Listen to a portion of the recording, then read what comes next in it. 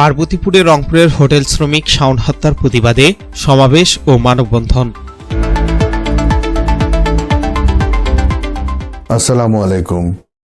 এমকে টেলিভিশনের পক্ষ থেকে সবাইকে আন্তরিক শুভেচ্ছা জানাচ্ছি। আমি ইফতেখার। শুরুতেই শুনলেন সংবাদ শিরোনাম, এখন বিস্তারিত। রংপুর নগরীর খামারবাড়ি মোড়ে অবস্থিত আলম হোটেলের সহকারী বাবুর্চি শাওন ইসলাম শাওনকে নির্মমভাবে হত্যার প্রতিবাদে এবং তার পরিবারের জন্য উপযুক্ত ক্ষতিপূরণ ও হত্যাকারীদের সর্বোচ্চ শাস্তির দাবিতে দিনাজপুরের পার্বতীপুরে প্রতিবাদ সমাবেশ ও মানববন্ধন অনুষ্ঠিত হয়েছে। মঙ্গলবার বিকেলে পার্বতীপুর কেন্দ্রীয় শহীদ মিনার চত্বরে এই কর্মসূচির আয়োজন করে হোটেল রেস্তোরাঁ শ্রমিক সংগঠনের নেতাকর্মীরা। পার্বতীপুর হোটেল রেস্টুরেন্ট শ্রমিক ইউনিয়নের সভাপতি বাবু জ্যোতিষ চন্দ্র রায়ের সভাপতিত্বে সমাবেশে প্রধান অতিথি হিসেবে বক্তব্য রাখেন হোটেল রেস্তোরাঁ সেক্টরে সরকার ঘোষিত নিম্নতম মজুরি বাস্তবায়ন ও সংগ্রাম পরিষদের আহ্বায়ক ও শ্রমিক নেতা আক্তারুজ্জামান।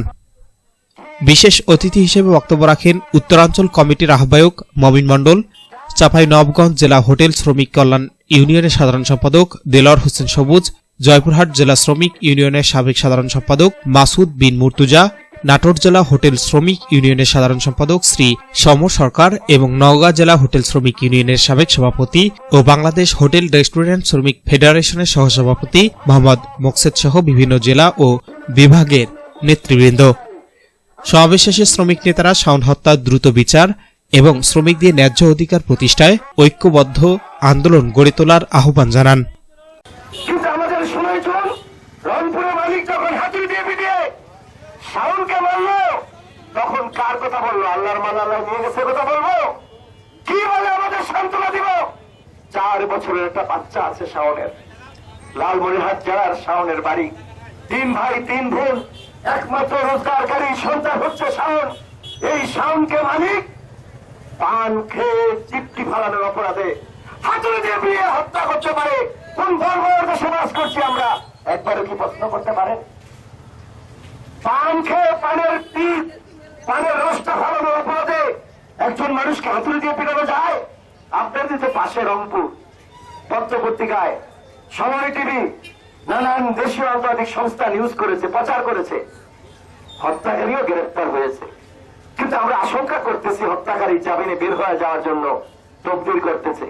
এই রংপুরে অনেক ক্ষমতাধর লোক আছেন, যারা মন্ত্রী আছেন, এমপি আছেন, সাবেক ছিলেন, তাদের আত্মীয় স্বজন হতে পারে।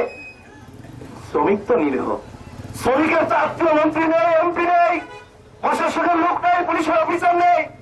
শ্রমিকের আত্মীয় রিক্সাওয়ালা, ফল ব্যবসায়ী, হকার, মোটে মজুর, জেলাতাতি সাধারণ মানুষ। আমরা এত লাঞ্ছিত শ্রমিক, আমরা এত অপমানিত শ্রমিক যে এই শ্রমিক বারবার নির্যাতন হতে হয় কেন? কার কারণে এত নির্যাতন হতে হয় আমাদেরকে? এটা কি মালিক খারাপ না কর্মচারী খারাপ? অবশ্যই সাধারণ মানুষকে তাদের জানতে হবে। আমরা যদি একটি দিন যদি এই কর্ম যদি না করি, হাজার হাজার লক্ষ লক্ষ কোটি কোটি মানুষ অনাহারে থাকবে। প্রেসিডেন্ট হবার, প্রধানমন্ত্রী হবার তিনিও নির্দেশ দিয়েছেন এই হোটেল সেক্টরে আইন বাস্তবায়ন করতে হবে। আগামী 30শে জুনের মধ্যে সেটা বাস্তবায়ন করার কথা। আমি বলতে চাই, আগামী 30শে জুনের মধ্যে যদি বাস্তবায়ন না করা হয়, আমরা জেলায় জেলায় যে প্রোগ্রাম চলছে এটার প্রোগ্রাম চলতেই থাকবে এবং শাওন হত্যার কারী যতক্ষণ ফাঁসি না হবে ততক্ষণ এই প্রোগ্রাম জেলায় জেলায় চলবে। যে বৈষম্য হচ্ছে, শ্রমিক আজও বঞ্চিত, শোষিত, লাঞ্ছিত, অধিকার থেকে বঞ্চিত। আমরা বলছি, আমরা তাদের নিশ্চয়তা চাই, ও জীবনের নিরাপত্তা চাই। কিন্তু কিছু অসাধু মালিক আর কিছু কল কারখানার পরিদর্শক, এই দালালদের উৎখাত করতে হবে।